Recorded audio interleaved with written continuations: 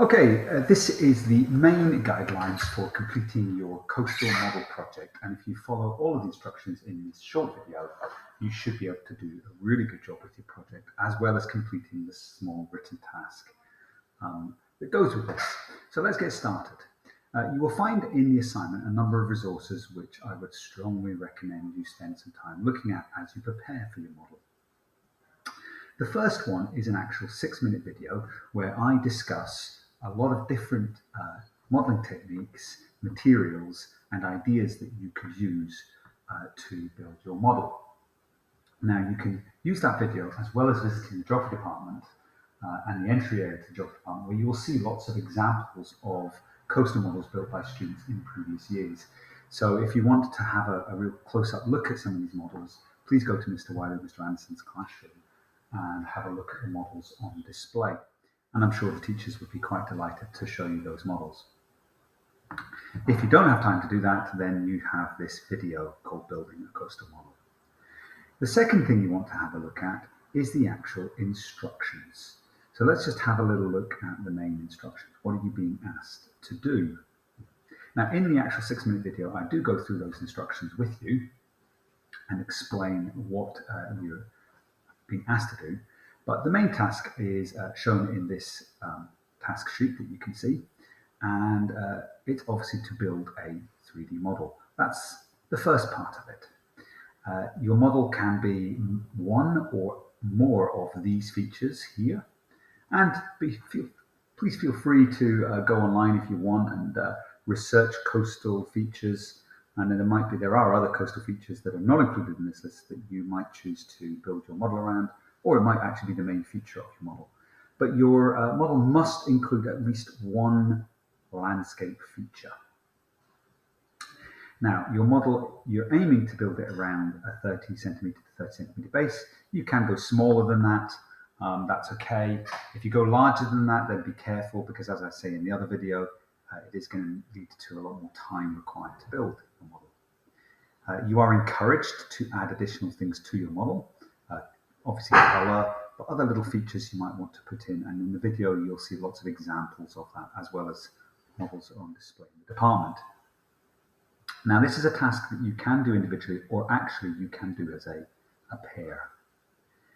If we have a look at the marking criteria, you'll see that there are a range of marks that are being awarded.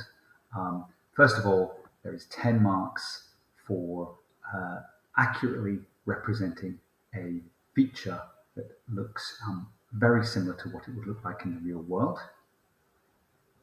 Then there is the overall presentation of your model, and what extra additional things have you put onto your model above and beyond the main coastal features.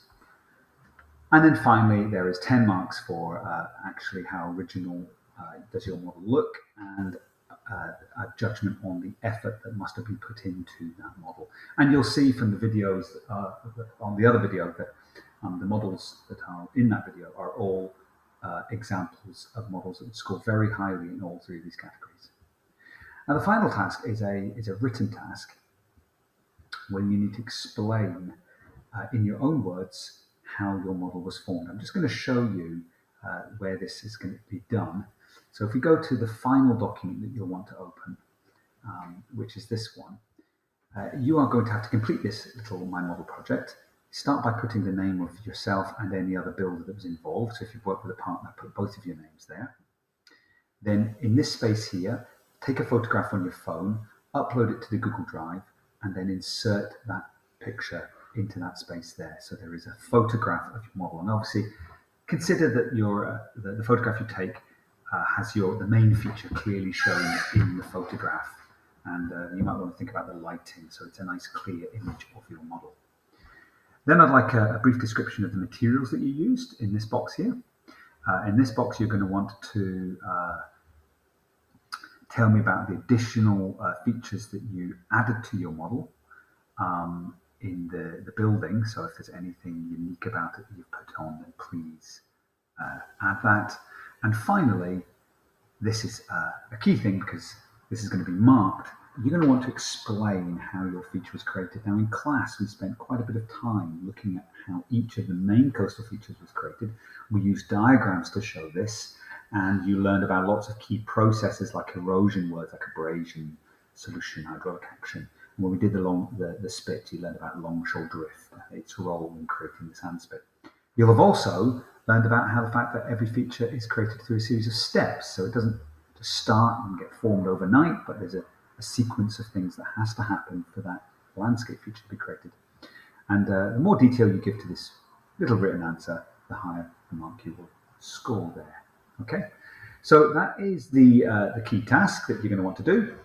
Finally, you're going to be asked to bring your model in for a certain deadline date, and everyone will have a chance to score each other's models. The scoring will focus on the first three: accuracy, presentation, and originality in effort. And these will just be to determine the class winner. These aren't the marks. The marks the other students give you will not be the marks that you receive. That will be based on teacher judgments. And that will also include the piece of written work you do on the feature as well. Okay, so good luck. All the resources are here in the classroom you can refer back to. And I look forward to seeing lots of interesting models being brought in to be displayed. Some of them may end up on the main display cases for future year groups to look at, and you might indeed be the class winner of your particular model. Good luck.